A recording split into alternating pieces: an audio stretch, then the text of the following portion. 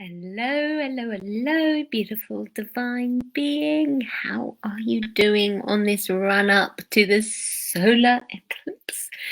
Summer solstice. Oh my giddy aunt, what a day we have coming up on Sunday. It's not just any summer solstice, it is a solar eclipse in Cancer at 0 degrees. You're probably like, what the heck does that mean? You'll get it if you're into astrology, but if you're not, you won't get it. But you will get it if you just look around the world and see what's going on, and you read my blog, which will be coming up later in the week. So that's a little hook. Hello, Anne. Hello, Julia. Good to see you here. So,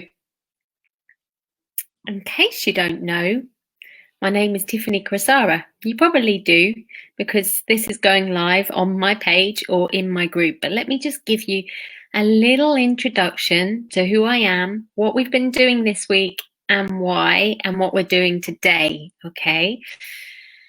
I will give you a heads up that what you're doing today needs you to be like, I'll give you the heads up at the time, okay? But when I say now we're going to do this meditation, I mean now we're going to do this meditation. I mean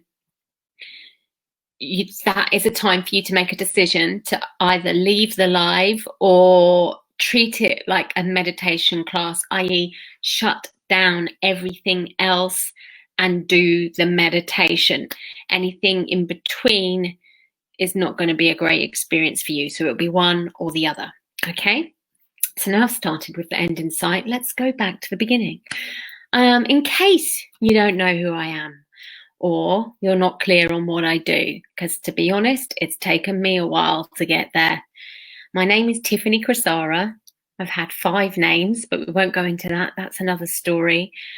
Tiffany's always been the same. It's the last name that's been changing. I've had 2 husbands. I'm not quite as bad as Elizabeth Taylor. There's other reasons. Anyway, I am an inner transformation specialist. That means I work with intuitives that have lost themselves in others and have difficulties knowing their needs and wants and being able to communicate that out there to the world so that it can be met, so they can feel held and supported by themselves primarily, and also see that mirror reflecting back in the world. Your purpose, your passion, your partnerships, I help you get in alignment with all of that. Now, what we've been focusing on in particular the last couple of weeks since the lunar eclipse in Sagittarius has been purpose, because we are coming up to the summer solstice and there is this solar eclipse. It's a real strong key time for getting to see your purpose with absolute clarity. But if you're anything like I have been, or my clients have been over in the TTT group, we have felt pretty murky since the lunar eclipse, which was not Friday before the Friday before that, I think. Anyway, we were on the moon. We happened to be on the moon in the journey of the tarot, which has a sequence. And then it's the sun, the solar eclipse, judgment, and the world. And it's taken us a good couple of weeks to just move 4 cards instead of a couple of days at the most each card. You might be feeling the same. You might be feeling like I'm stuck in this foggy lunacy of like not being able to see who I am or be seen or get out there in the world. And I've got all these judgments in between not being seen and getting to the world. So what I thought I would do is take the opportunity to actually take you on the journey that we do in TTT, but in a fast track kind of way. So what I'm going to do now is I'm going to play you the guided meditation of the journey, and it's taken us 2 months in TTT. If you do 0 to Hero, which starts on Sunday, it'll take you 22 days. It's a faster track. But now we're going to really fast track it, and we're going to do the journey in an hour. And what's the point of that? The point of that is that you'll actually get to a place of, it's like having a reading whilst you're sleeping. So what do I actually mean by that? Well, I would love to go to sleep right now, because the download of the solar eclipse and summer solstice point is playing havoc with my sleep, and I'm not sleeping very well, and I was up at 4, but then I hear quite a few of you were too, so I don't think I'm the only one. But I can't sleep because I am going to be making sure that everything is okay this end, but you guys can, okay? Some people are like, oh, they're scared to fall asleep because it's like a story. It's like you enter the tarot, you become the fool, and you go on your soul's journey. And it's like, you don't want to fall asleep. You don't want to miss a second, and a nanosecond of that. However, what's for the soul won't pass the soul. And you'll find that if you just allow yourself to let go, you probably won't be able to do anything but allow yourself to let go. You'll likely go in and out of consciousness. So I recommend listening with headphones. That will help massively. Make sure you're in a place where you're not disturbed. Make sure you're comfy and you're warm and you have water with you. And as you go in and out of consciousness, which you will do at certain points of the journey, that is where you have a reading. It's a bit like if you go to see a reader, they don't put out all the cards, they shuffle and deal out some. And it's those cards that make an appearance for you, that are a mirror for where you're at. This is what this meditation will do. But it will also take you on the journey. You'll get to feel what it's like to be on your soul map. That's what's in the tarot. There is a soul map, and it is in numerical order. It doesn't need to be shuffled, and that's a very deep story for another time. But are you ready? We're just going to get on with it now. And those of you that want to, you can share with me at the end which cards you woke up for, and I can help you make sense of your purpose, at least for now, because our purpose is something that is always changing, always growing, always evolving, and can feel like that ever elusive carrot. However, I do feel this is a big time, a massively big time, for culmination of where your journey has led you to, and now getting really clear on who you are at the other side of that journey, and then embarking again. So I'm going to start the meditation. I'm going to screen share and start the meditation. And that means that right now, if you can't do the meditation, leave the live. Just make the decision. You're here for the next hour and treating this as a meditation class, or if you're not in the right space, that's fine. Just make sure you come back as soon as you are and watch it on the replay. Okay, let's do this.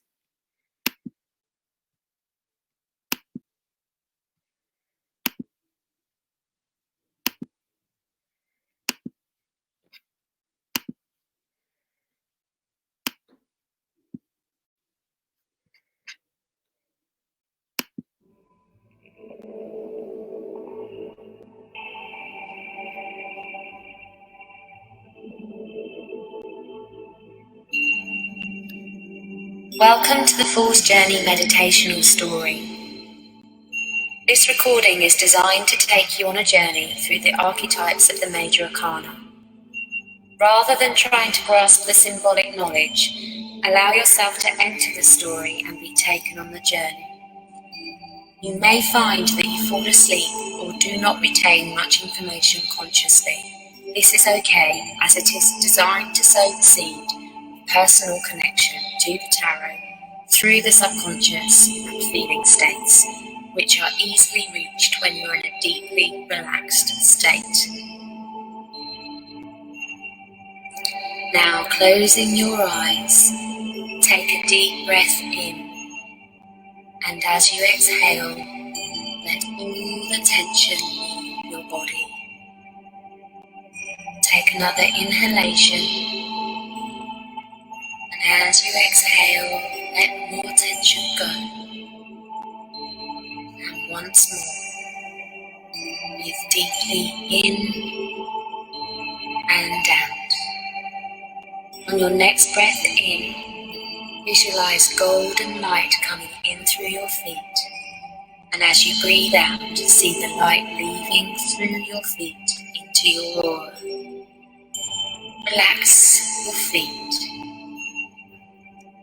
Breathing in, bring the golden light up through your feet, into your legs.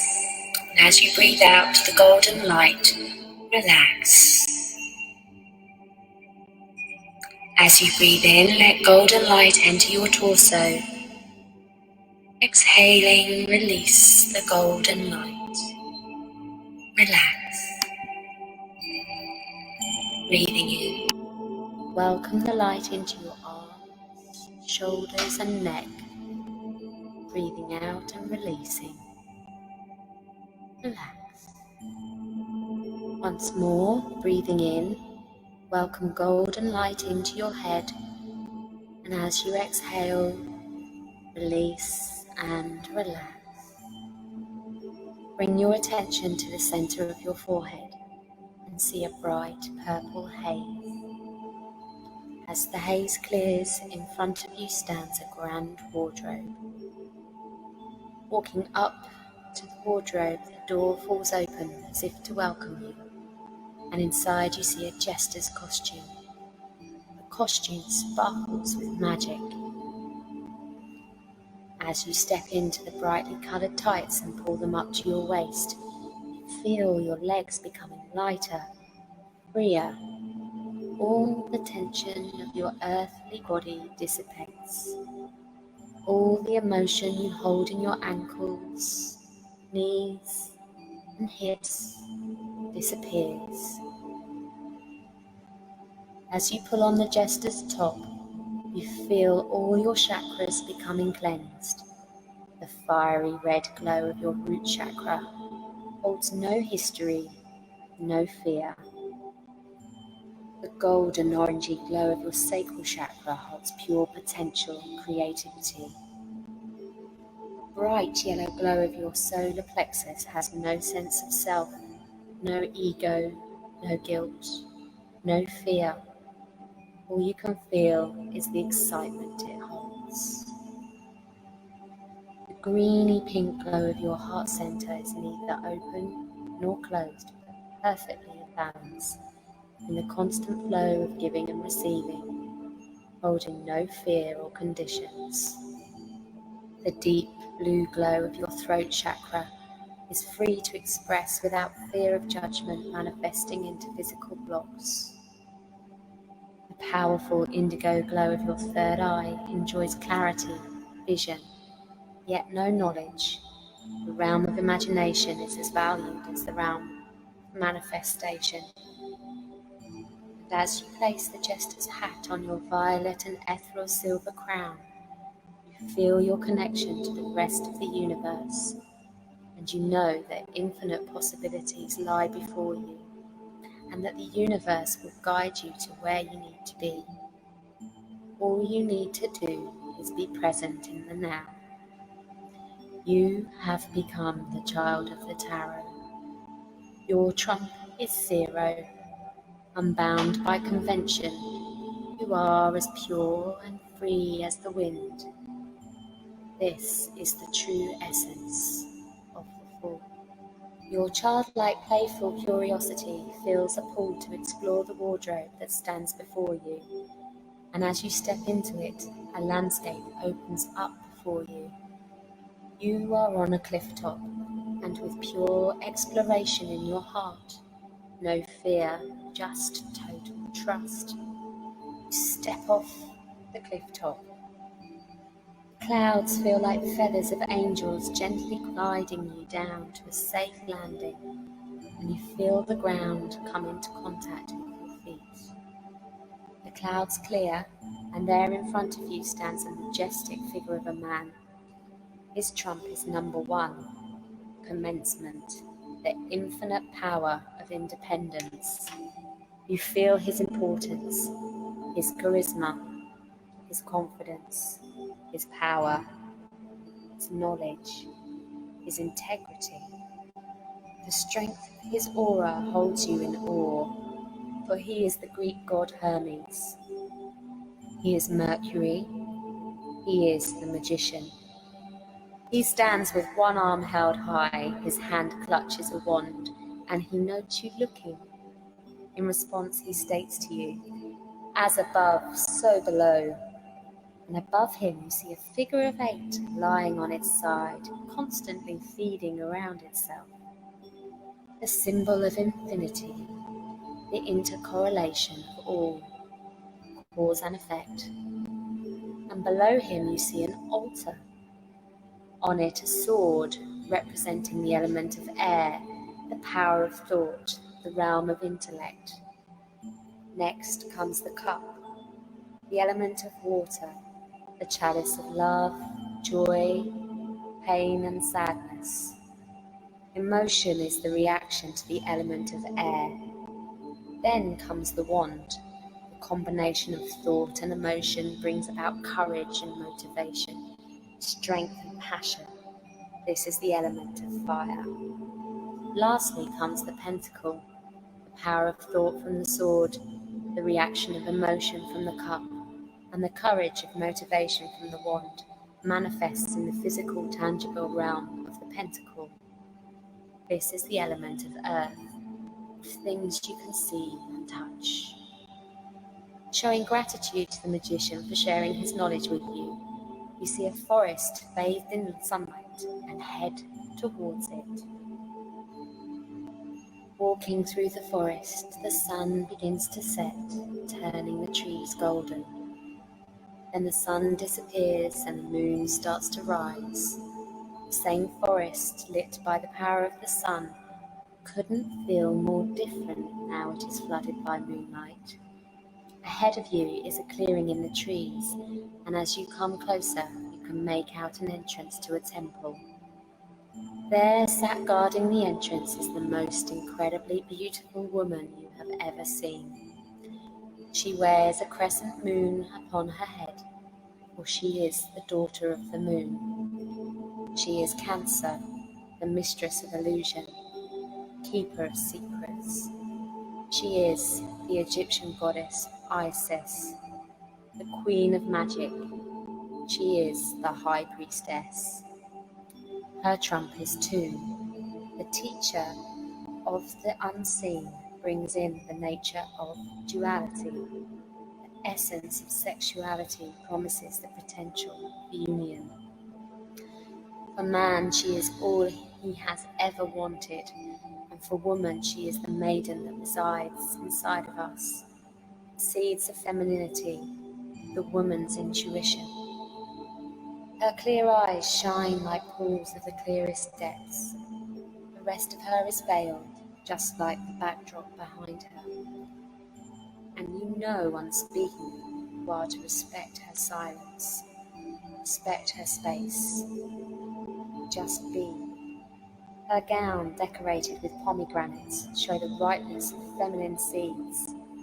In her lap she holds a script marked Torah, the scroll of the law, which also stands for Rota, meaning wheel, and Tarot, meaning laws of the universe. She sits between the 2 pillars of severity and mercy, one black, one white, representing the duality of nature, that nothing comes into being without union of duality.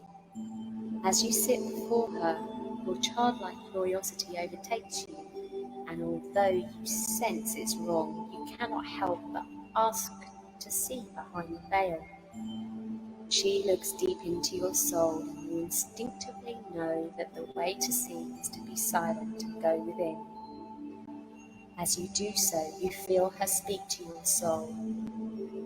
These secrets are limited by the realm of words, but you have come here to seek growth, and from now on I shall share with you secrets.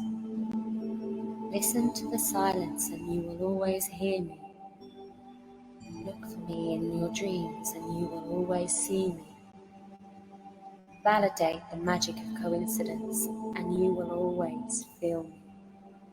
You silently convey your gratitude and move on your way.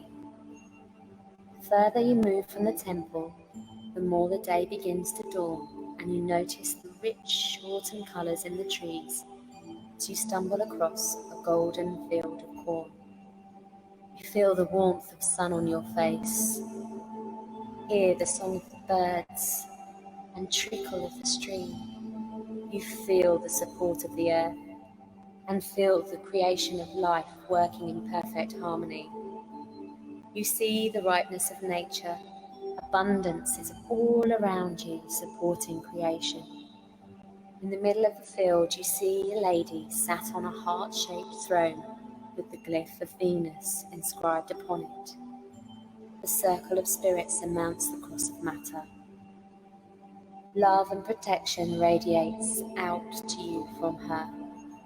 She is the Greek earth goddess Demeter. She is Mother Earth. She is Venus. Her trump is 3, from 2 springs forth life. She is the portal of creation, from which all living things spring. She wears the same pomegranate gown as the high priestess, and in this coincidence you feel her presence. The maiden essence of the priestess has grown into the mother. The seeds of the pomegranates have been fertilized. This is the Empress, and she is bursting with life. She beckons you forward, and as you nestle protected on her lap, she encloses you with security. Showing gratitude towards her for her love and sharing supportive nature, you move onwards. As you reach the perimeters of the field, you see a rich castle with turrets imitating mountaintops, upon which you see a throned figure. Encased in armor, he carries in one hand the Ankh, Egyptian symbol of life, in the other an orb showing global domination. Inside of you there is the stirrings of fear, respect, love and rebellion in one. Not knowing what to do, you listen, and in the silence you hear the High Priestess.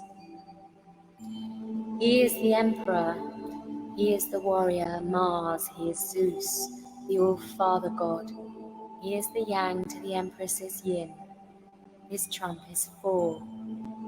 He is stability, he is structure, science, law and order, politics and control. Whilst you stay here on Earth, he stays up there.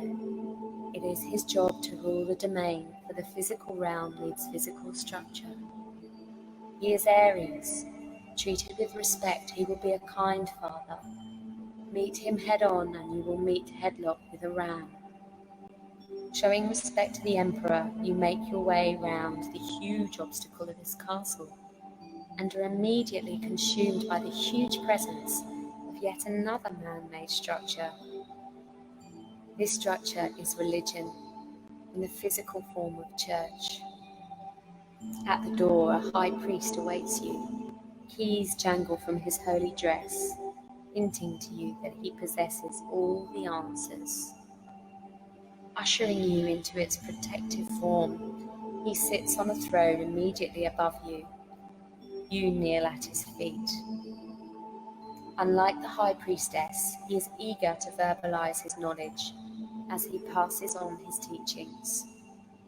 You feel a pull to the silence within, and as his voice fades into the background, you hear the High Priestess. He is the High Priest. He is my Yang. He is the voice of the masculine spirit. He seeks form and understanding. He uses the mind to uncover mystery. He reads and learns. He looks to the spoken word for answers. The Emperor is concerned in an earthly respect with appropriate behavior and correct responses in the eyes of the world. The High Priest is concerned with appropriateness and correctness in the eyes of the Lord. His trump is the Roman numeral 5. Shaped like a V, you can see the narrowness of this number, for he is the fixed sign Taurus. His knowledge is valuable, but it is his truth. Your relationship with what he calls God is as individual as you are. None of your relationships with others are the same as anyone else's.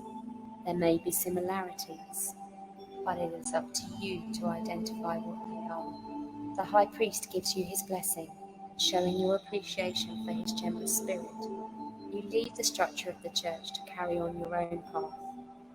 The deeper you walk through the churchyard, the more ethereal the feeling gets. The trees feel stronger. The grass is greener and feels so lush under your feet. The flowers all around you pour with colour and beauty, and they fill the air with heavenly scent. The birdsong sounds sweeter than ever, and the sunlight pours through your skin and warms your soul. And as you close your eyes, the most profound sense of peace envelopes you. For you are home now. As you bathe in this perfection, you become aware of a sense of imminence ahead, and as you open your eyes, there in front of you is a naked man and woman. You sense their desire, their confusion, their naivety, but they are blinded by temptation, and that has made their soul weak. The anxiety, anguish, and anticipation that pours forth from their aura reaches yours, and you are overcome with desire, this powerful feeling that stirs up from your loin and heart. You have never experienced before. You are totally overcome, and from it arises confusion. You feel yourself becoming irresistibly drawn into their duo, forming a triangle. It all feels so entangled, but so erotic, so exciting. You know you are being drawn off your path, but you can't resist it. You are unable to choose what to do, and in your indecision, desire is making you weaker, making it hard for you to maintain your connection to the High Priestess.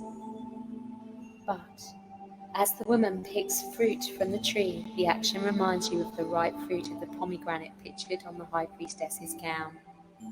And once again you feel her presence. The desire lessens and anticipation weakens.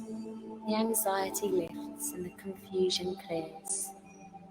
You are still observing the man and woman growing closer, but you are aware it is their story and are no longer caught up in it. Reconnecting with that peace you felt before you opened your eyes, you close them again and hear her speak. Here lies Gemini. Here lies the essence of confusion. Here lies Adam and Eve. Here lies the essence of desire and temptation. Here lies Shiva and Shakti. Here lies the power of creation and destruction. Their trump is 6. From the stability of 4 comes the instability of 5. Comes change in the form of 6. Knowing that the man and woman are playing out an inevitable, crucial, and beautiful role of the union of yin and yang, you thank them from afar and leave them to play it out. You see an opening in the trees and stumble out onto a hot, dry dirt track. At the exact same time as a high-speed chariot crosses your path, a hand reaches out and pulls you from the rear, and in a flash you are barely on the chariot. The bumps of the rocky road means you have to hold on for dear life, and a strange mix of fear and excitement well up in your solar plexus. All you can hear is the frantic trampling of horses' hooves. They seem to be pulling this way and that, unable to work together. The black horse wants to go the opposite way to the white. Above you, you see the back of a young man. He is shouting, "Yah, yah!" And every ounce of his being, physical, mental, and emotional, is focused on bringing these two powerful forces together. He is covered in sweat and his hands grip the reins so tight his knuckles are white. He becomes aware of the difficulty you are having hanging onto the chariot by a thread and dares to lift one hand off the rein to pull you up next to him. The moon crescent he wears on the shoulders and the star canopy above him remind you of the priestess, and you feel her presence inside the chariot. He is Apollo's adolescent son, Pantheon. He has borrowed his father's sun chariot to prove his independence, but it is a harder path than he ever imagined. His father always made it look so easy. He is trump number 7. Never give up. He has the will of Mars, but he is also Cancer. The hard shell of the chariot is the hard shell of the crab, and inside is the turbulence of emotion. His fate has been written before him if his emotions overtake him. It is no accident that you are here at this point. You have a gift to share with him. Show him the powerful childlike qualities of being in the now, trust, going with the flow. Take a rein. As you take a rein, you feel your energy of total trust and no fear reach the horse, and the horse no longer struggles for its own identity, but works in union with its partner. The charioteer sees the importance of balance, union, and trust rather than control, and is able to stop the horses. In mutual gratitude for the lessons you have taught each other, you go back on your own path, and the young charioteer rushes off to his destination, but you know now that he will reach it with growth and success. Over to the right side of the road you see a woman. She is gently and calmly closing a lion's mouth. The adrenaline present in the chariot is not present here. And as you watch, you do not feel the challenging emotions that the chariot filled you with. You feel only integrity, awareness, and gentle firmness. This puzzles you somewhat, but this strangely safe feeling makes you very relaxed, and your recent challenges have tired you. Before you know it, you have drifted off, and in your dreams the High Priestess comes to you. You have seen the tests of strength of will, both emotionally in the lovers and physically in the chariot. You have seen that danger lies in both action and inaction. Here meets Cyrene. She serves the moon goddess, Artemis. She is the anima of Hercules. The passive form of the hero is the heroine. She is graceful, respectful, and controlled. She conveys with the serenity of courage her convictions, and leaves the lion in no doubt of her determination. Her number is 8, the symbol of infinity above her, just like in The Magician, showing the awareness of cause and effect. The number 8 is never ending, showing strength and endurance. What had to be controlled in the chariot is faced in strength, for she is Leo. She is the first of the 4 virtues. The High Priestess lifts you up and places you inside the lady. Never before have you felt so deeply connected to the earth, and from it arises a silent strength, so much gentler, so much calmer, totally complete with focus, determination, and growth, just like a tiny acorn that silently pushes its way through the earth, day by day, slowly weaving its way around the rocks, determined to grow towards the light. Eventually, it sprouts forth and begins its maturation into a tree. The tree never changes its path. The tree never makes a noise. The tree does not try to control its surroundings. The tree has no ego, just strength. Year after year the tree stands. So much changes. The tree sees it all, but stays, standing strong, leading only by example. You awake from this illuminating dream, and and see the lion sleeping peacefully on the lady's lap as she calmly strokes its mane, conveying gratitude to her for showing you the secret of strength. She gifts you with the warmth of her smile, and you go on your way, refreshed. In front of you, you see a rocky mountain. Feel an irresistible pull to the peak. With exploration in your heart and curiosity in your bones, you start to climb and climb and climb. The higher you climb, the rockier and steeper the mountain gets. And little by little, your youthful optimism gets chipped away. With each step, you become more and more painfully aware of the negative sides of the experiences you have just had. And with each step, you feel more and more contaminated with pain, wrenching, emotional pain at the imperfections of life itself. Achy, tiring pain of the physical endurance of the mountain you have had to climb. The mountain gets higher. The mountain gets harder. You want to turn back, but you know you've come too far now. The sky becomes grey and murky, and the greyness infects you with a numbing depression. An icy isolation engulfs you. The mist falls and it becomes harder to see. The wind blows and it makes it harder to hang on. If only you could have one true companion. If only all the responsibility wasn't yours. Deep down inside of you, you just can't shake the feeling that life just wants to wear you down. Then, with all the strength you have left inside you, summon up one last almighty pull, and the sun blinds your eyes, but even so, it's so good to see the sun, to feel the warmth penetrate through to your soul. The clouds have dispersed and all is clear. You have reached the peak and are glad to see a cave providing shelter from the wind. As you enter, you see a warm fire and an old man cloaked in a robe with a staff and a lantern. So relieved to see a companion, so happy to be warm and sheltered. You fall to the floor, and the warmth and tiredness you feel cradle you to sleep. In your dreams, the high priestess comes to you.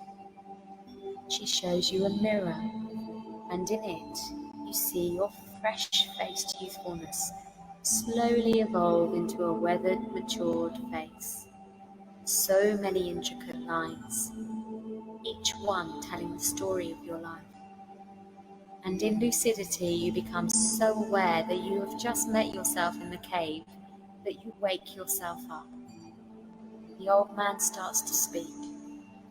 I am the voice of your experience, young fool. I am the hard taskmaster, Saturn, and the earthy practicalness of Virgo in one.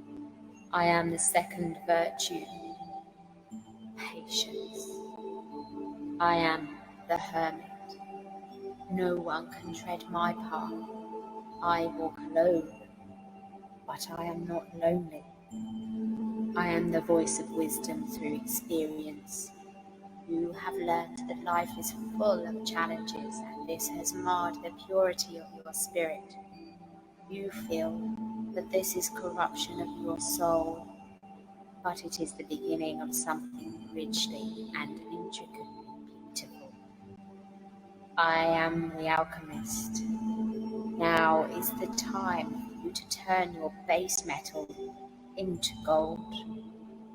Although you may feel rusted at the loss of your purity, you are in fact one step away from transcending into gold.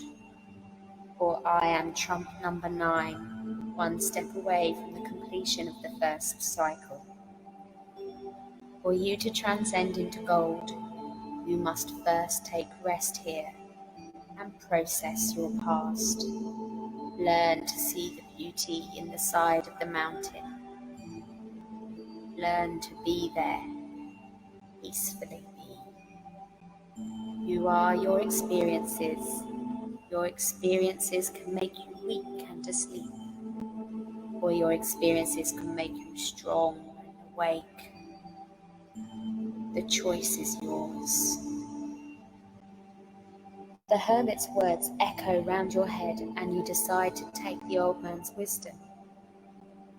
As you rest and process your experiences, at first you have renewed motivation and determination to evolve, which is soon replaced by rebellious anger, self-pity and resentment. The floor of the cave opens up to a dark abyss, and the resistance you feel towards its pool just makes everything so much more uncomfortable. And even though you are aware of the inevitability of the abyss, the resistance you feel keeps you pointlessly struggling until you've squandered all your energy you have left in pointless waste. Then, in a moment of surrender, you release your grip, you fall and fall and fall.